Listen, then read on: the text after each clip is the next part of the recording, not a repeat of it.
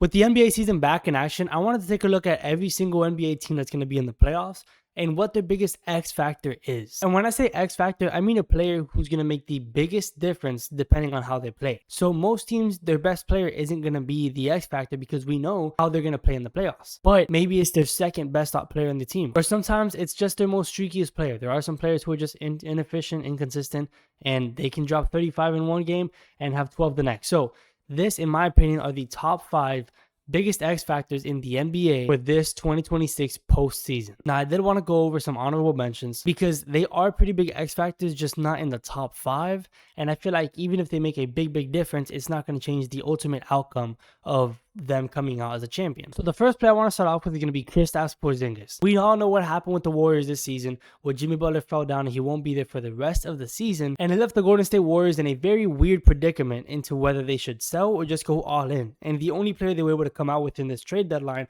was Kristaps. Kristaps is a known great defender. He's a great three-point shooter, a good player in the post. We all seen how good he was in that Game 1 NBA Finals with the Boston Celtics. They may have not won that if it wasn't for him. He was popping off. And like I said, he's a great shooter. It meshes perfectly with Golden State's offense. They got a good rim protector, a good shooter, a good player in general. The problem is his health. Now, the reason why he's not in the top 5 is just because of the fact that even if he stays healthy, him playing at his best in his whole career is not going to change the outcome. They're not really going to get past the second round, if not the first. This Western Conference is just so heavy. It's not going to be easy for them. Even if Kristaps ends up being an amazing player, it's not going to change the outcome of what their team's going to end up being. Now, these next 2 players are pretty similar. We got Jaden McDaniels in the Wolves, and we got Karl-Anthony Towns in the New York Knicks. Now, I'll get with Cat in a second, but with Jaden McDaniels, just simple and easy. I know what Anthony Edwards is going to bring. I know what Ant-Man's going to do in the playoffs. He's going to go crazy, ballistic. It's already his best season in the NBA so far.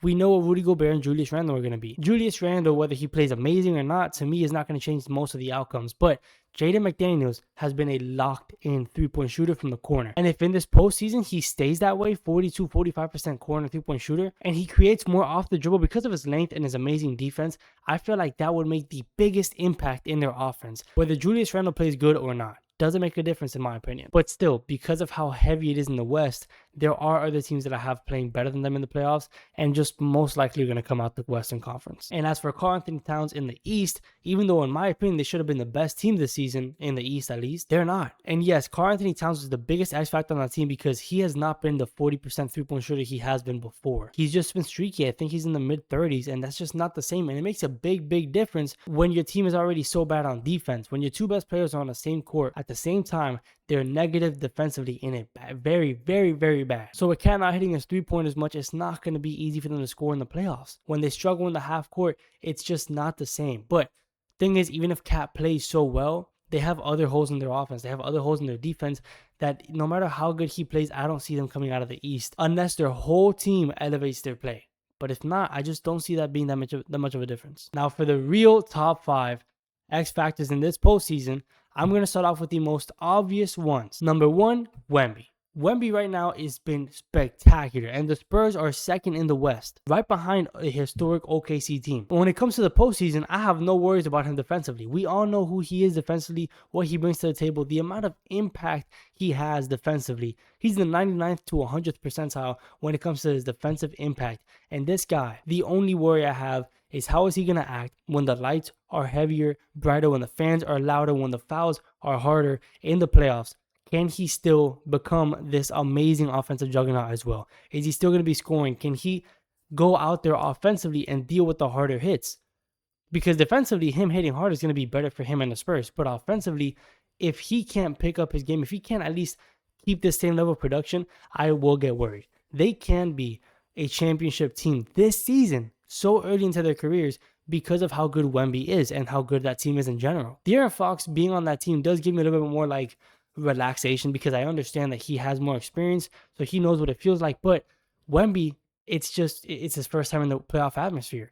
What happens when they start taking away your second and third best option? What happens if they just start playing their whole defense on you and let everybody else score? That is where the issue is. But that's why he's the biggest X factor, because if he plays great, they can be a championship squad. If he plays slightly less than how they're doing now, if he doesn't play as good as he is now, they are not going to make it far at all. Like I said with the other teams, this Western Conference is not easy. So everybody's got to be at their A game. And when you have a 7'4" alien being offensively and defensively your best player by a wide margin, that matters a lot. And for him to adjust is not going to be that big of a concern for me next season because he'll have a year in the postseason already knowing what it feels like. But this is his first time in the playoff picture. It does worry me just a slightly bit. Now, to go on to our second player, we're going to go move back to the East. We got James Harden and the Cleveland Cavaliers. Now, James Harden has been spectacular lately. In his first 2 games, he was going crazy and they were making great plays offensively. The defense is much different. They have just been that good. Now, you look at how that trade, how you feel about DG and James Harden. You got 10 years older. However, you do know that your ceiling is a lot higher. If James Harden can become near that level he has been the first couple games with the Cavaliers uniform, if he can go out there and produce at that level, we're looking at a real championship contender. This guy can turn it up at any moment. The biggest question is, can he maintain this through the postseason? Because we've been here before. This has been constantly. Every single year, we get to this playoff picture, and this guy either drops 40, maybe can drop 50, and then he'll have a game where he drops 12 points, where he's shooting 1 for 7 from 3.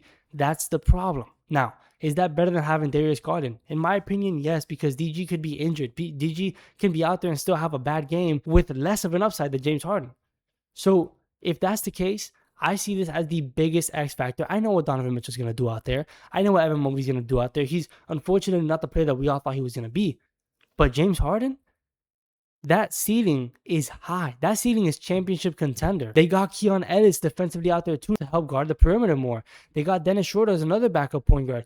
This has been amazing. I thought they were going to be the best team in the East this season. That didn't pan out. Lonzo Ball wasn't playing good. And then now they got James Harden, better perimeter defense, more depth in the guard section. I love it. This can be a genuine championship contender, but it all relies, again, on James Harden's ability to go out there and produce at a high level at such an old age for this Cleveland Cavaliers team. The third player I'm going to touch on is going to be Jalen Williams, the defending champ. This guy last season in the playoff had a great season. He was playing really well, and he was able to pick up that secondary ball handler perfectly fine. But this season, it hasn't been the same. The shots not been dropping as much. It feels like some of his confidence might have slept off a little bit. But if he can go back to that level how he was before, this can be a repeat champion again. A repeat of the same champion that we had last season, which we haven't had since 2018. But Jalen Williams can be that guy. The problem with the Oklahoma City Thunder right now is that the rebounding hasn't been better. They've had a little bit of issues here and there, but the problem is just that when Shea goes down, can J-Dub hold it up? Can J-Dub become a real, like Jaylen Brown type of player where when Jason Tatum's down, he's out there going crazy? Can he become that type of player? I believe he can, but if he doesn't hit that, they're going to have a much harder time in the playoffs. The playoffs is going to be so much more difficult. While they know they won last season, their three-point shot has not been falling as much as they did last season. They've had like a little bit of a lower seed when it comes to a three-point shot. But if J-Dub can become the secondary ball handler that I know he can become, the same person that had conversations where he was the best small forward in the league, he can be that player. So if we see that, if we see him reach those limits, the Oklahoma City Thunder can repeat as champions for the second year in a row. But it does really rely on J-Dub because we know what Shea's going to bring up. I don't think Chet's going to be as big of an X factor as J-Dub is. It's up to him. Fourth player is going to be Jamal Murray. We've seen them win a couple of seasons back. The same thing with Oklahoma. Denver Nuggets have a great depth chart this season, a lot better than they have in the last couple seasons. You know what Jokic is going to produce in the playoffs. He's an MVP caliber player, and he has not changed in the past 5 years except for just getting better. Now he's got more depth. Now he's got more players, better shooters, better defense. So now Jamal Murray has been an all-star this season. He has been great this season. And for him to keep it up would be amazing because the past couple of seasons, Jamal Murray hasn't been the player that they were hoping he would be. When he had those great games in that 2023 run, and he would just go on and win the championship, that was because Jokic could rely on him a lot more than he is now. But now that he's back into that level, if he can maintain this in the playoffs, they can go back again. They can become a two-time NBA champion if Jamal Murray can step up his game in the playoffs. If he can go out there and be by far the second best player on the team, a secondary creator on the team, he can ISO, he can hit step backs. If he can become that player he was before and maintain this level of play, they can win it again. And this one's just a lot more straightforward because their role players has just been amazing. They have been amazing. The team has been amazing overall. And with Jamal Murray playing at this level, they can win it once more. And last but not least, Jason Tatum and the Boston Celtics. Do I need to explain myself? I mean, Jaylen Brown has been out there hooping this season, almost averaging 30 points per game. Derek White has been out there great. With Anthony Simons playing great in the first half of the season, they thought, hey, maybe they keep him. But Jason Tatum has been going crazy. Like, he's been trying to come back so much.